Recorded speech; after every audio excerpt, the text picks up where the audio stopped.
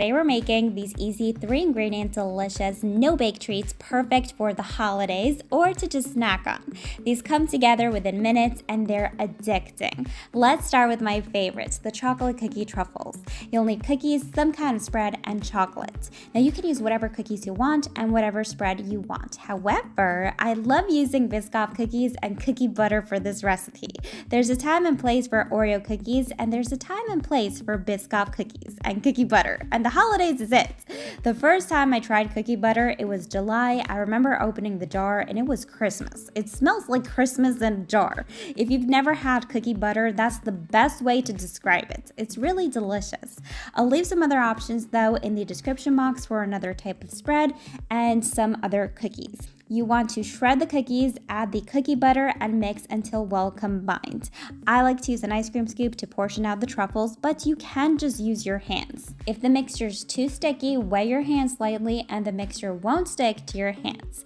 With this recipe, you should be able to get about 16 balls if you don't snack on them in between balls.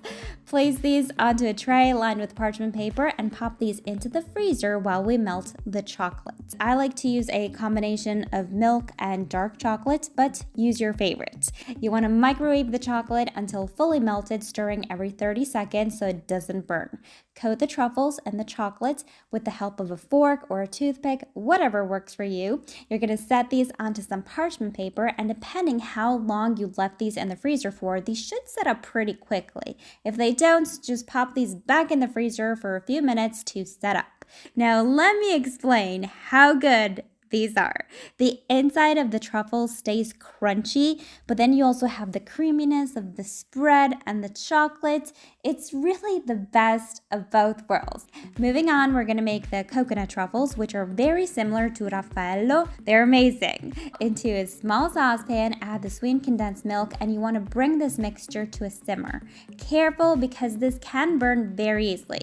As soon as it starts to simmer, turn off the flame and stir in the white chocolate cut into small pieces. The smaller the chunks, the easier the chocolate will melt. White chocolate can burn very easily, so that's why we turn off the heat. So remember, hot pan, no flame, small chunks of chocolate for, an easier melt. For an easier melt, did you say that? You're going to pour this over the shredded coconuts and mix that through.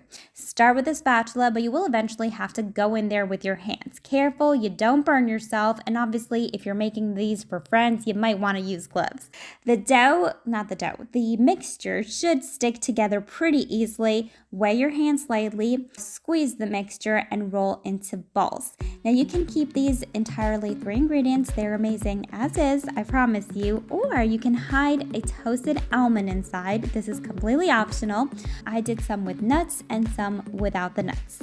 Roll these into the coconut flour, and believe it or not, these are ready to serve. These are delicious, easy, simple, but a true crowd pleaser. Put these in a box, give these to friends, make these for your family. The holidays would not be complete without chocolate truffles.